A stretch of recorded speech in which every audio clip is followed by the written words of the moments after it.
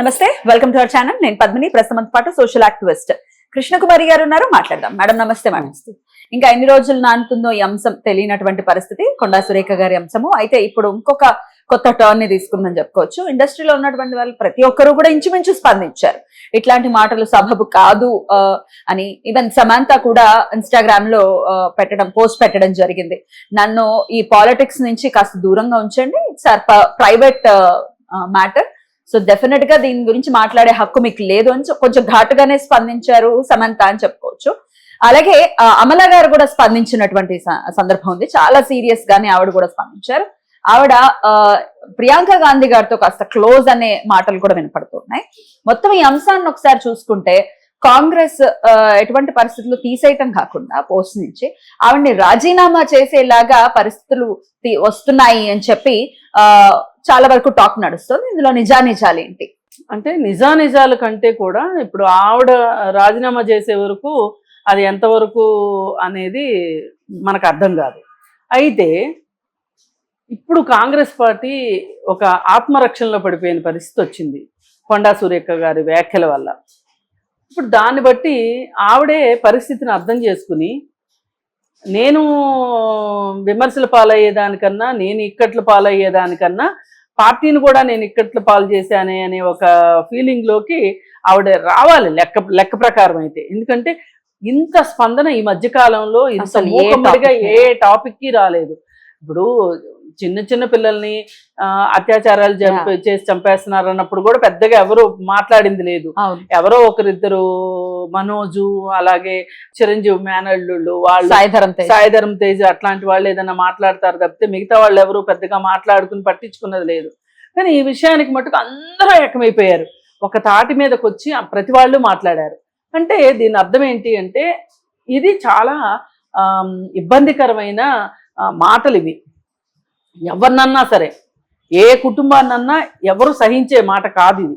ఒకవేళ ఇదే మాట ఆవిడనన్నా, వేరే వాళ్ళు సురేఖ గారినన్నా ఒప్పుకునే విషయం కాదు ఇది.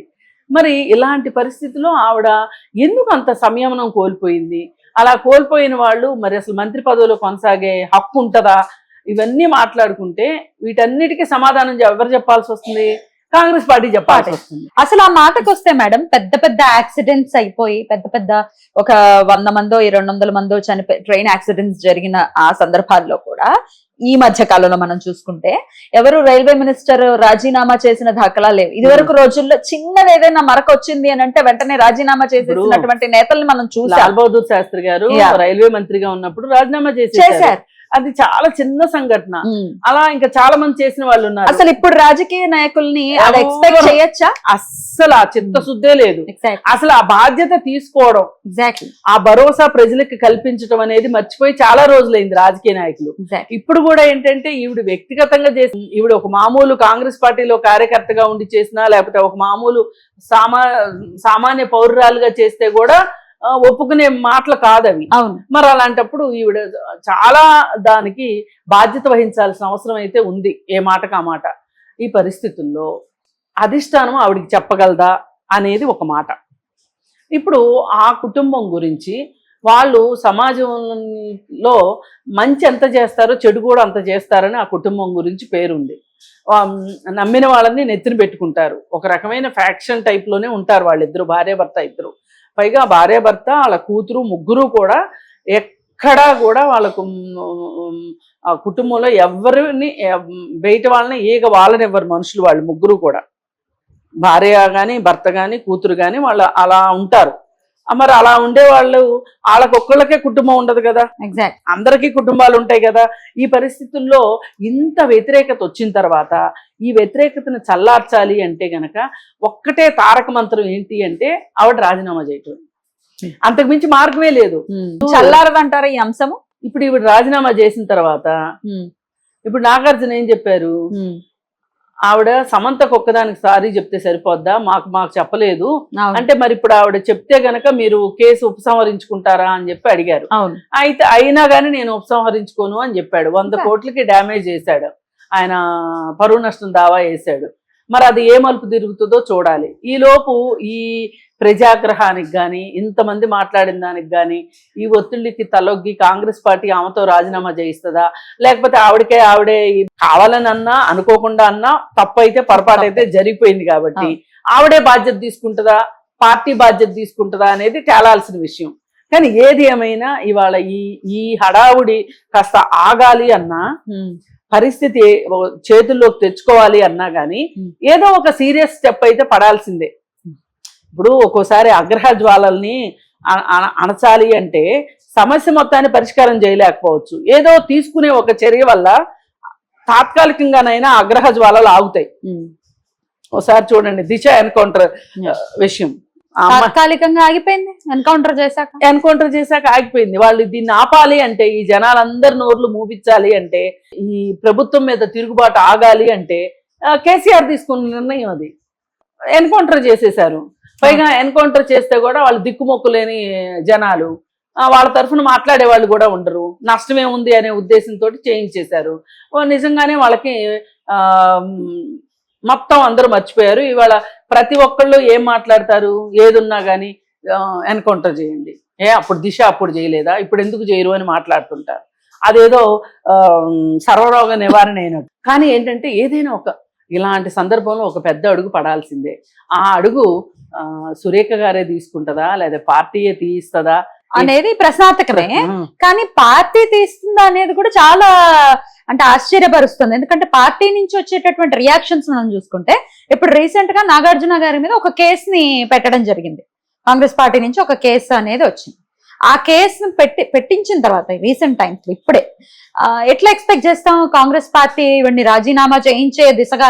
కాంగ్రెస్ పార్టీ పెట్ల ఒక ఆయన అసలు ఎప్పటి నుంచో బయట టాక్ ఏంటంటే ఆ పార్టీకి సంబంధించినటువంటి వ్యక్తులు చేయించారు. వాళ్ళు ఎప్పటి నుంచో ఈ చెరువుల పరిరక్షణ ఉద్యమంలో ఉన్నవాళ్ళండి.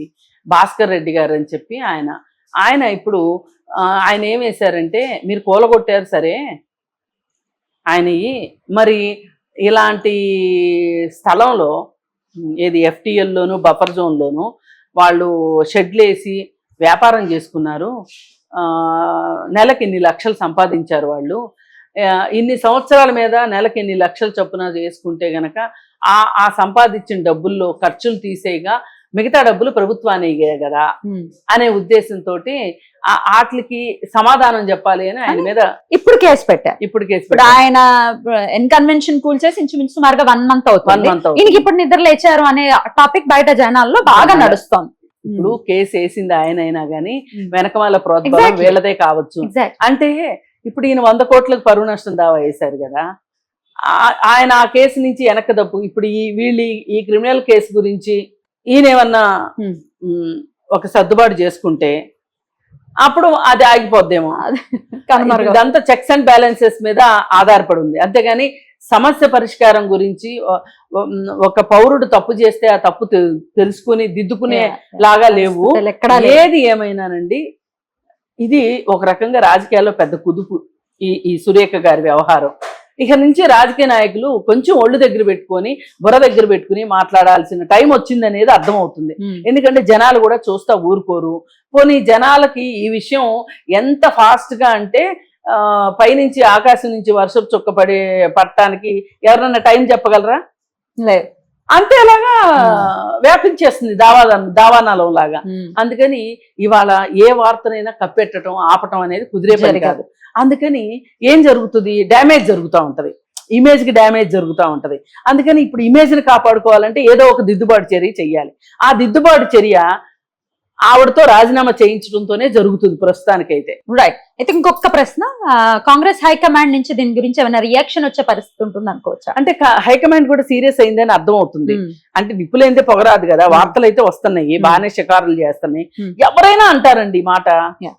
ఇప్పుడు ఆవిడ బింకానికి బయట మాట్లాడకపోవచ్చు, అవును నేను ఒక కుటుంబాన్ని టార్గెట్ చేసి మాట్లాడింది తప్పే, అనాలోచితంగా మాట్లాడాను, కోపంలో మాట్లాడాను అంటుంది. కానీ ఇంకా ఆమె దగ్గర నుంచి ఇంకా ఎక్స్పెక్ట్ చేస్తున్నారు, ఇంకా మోర్ అండ్ మోర్ ఎక్స్పెక్ట్ చేస్తున్నారు. అదే ఆమె చేయలేదనుకోండి మరి పార్టీ అయినా కల్పించుకుంటుందిగా. ఇప్పుడు ఒక రకంగా పార్టీకి కూడా మీ పార్టీలో వాళ్ళు ఒక ఎమ్మెల్యే కాదు మంత్రి ఇలా మాట్లాడడం వల్ల అసలు మీ పార్టీ సంగతి ఏంటి అనే ఒక ప్రశ్న అయితే వస్తుంది కదా. అందుకని ఈ పరిస్థితుల్లో పార్టీ కూడా ఆమె మీద క్రమశిక్షణ చర్యలు తీసుకుంటది, ఈమెమో దిద్దుబాటు చర్యలు తీసుకుంటది అని ఆశిద్దాం. తీసుకోకపోతే అసలు ఈ రాజకీయ నాయకులు అంటే అసలు గౌరవం ఉంది అసలే లేదు. ఇంకాస్త అగ్నికి ఆజ్యం పోసినట్టుగా ఈ వ్యవహారం అనేది ఖచ్చితంగా నడుస్తోంది. చూద్దాం ఎటకెలకు రేపు ఎట్లాంటి టర్న్ తీసుకుంటుందా అనేది ఆసక్తికరంగా మారుతోంది. రైట్ అండి, థ్యాంక్ యూ సో మచ్ అండి, నమస్తే. Thank you.